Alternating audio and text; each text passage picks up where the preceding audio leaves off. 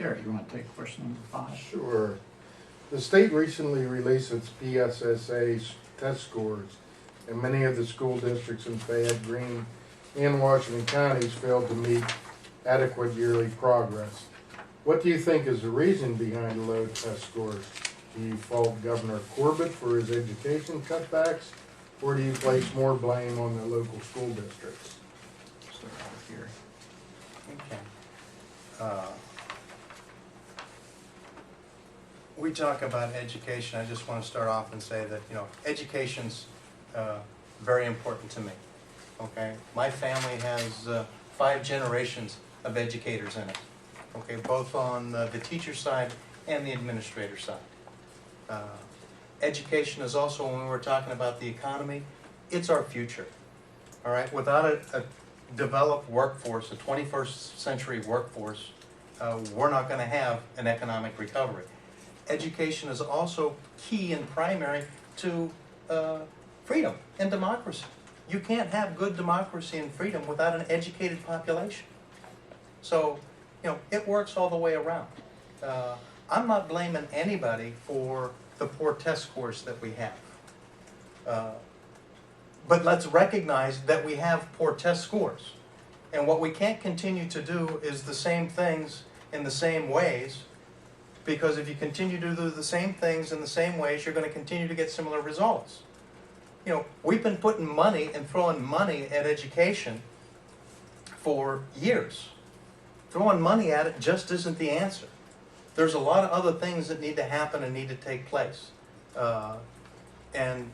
Even when we have poor test scores here, I always tell people everywhere that you can still get a solid education in Fayette County at any one of our schools, because we're sending people to the Ivy Leagues every year and the academies every year.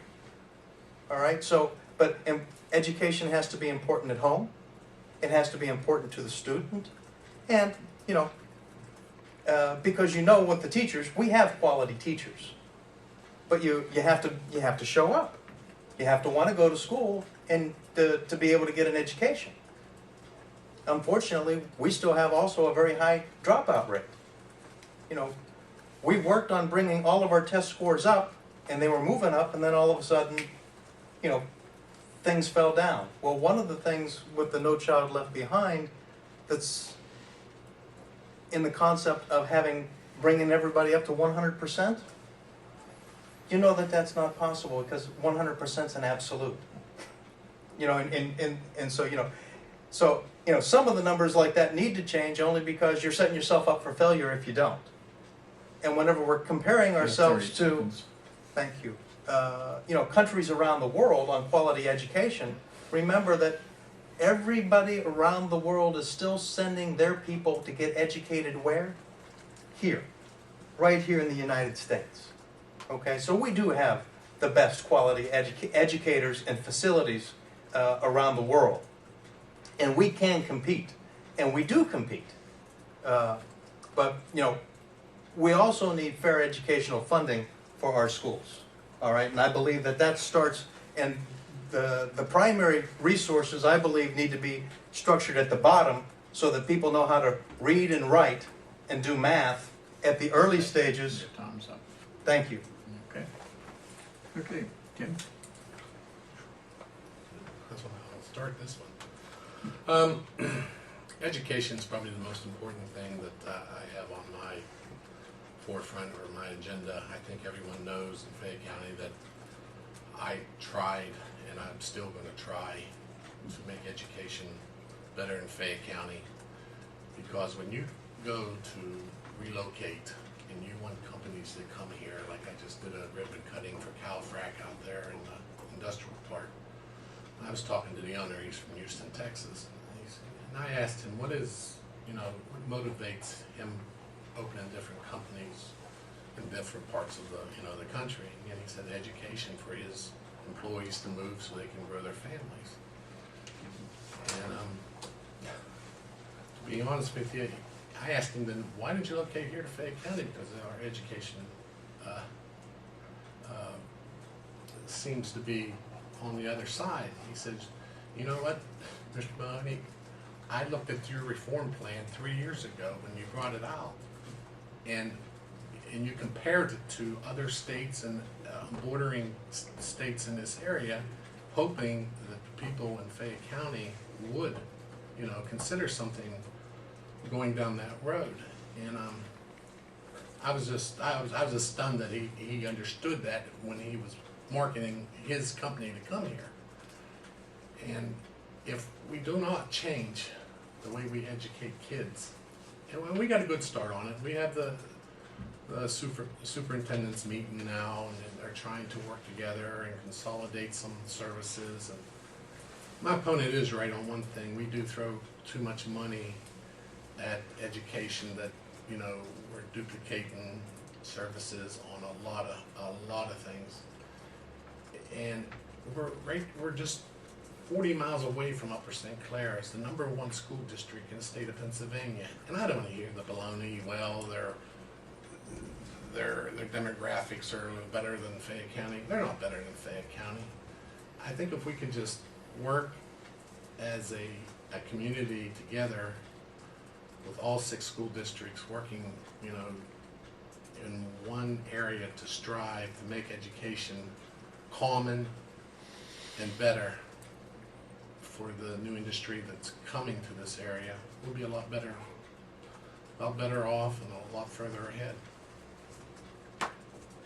Thanks. Okay, thank you.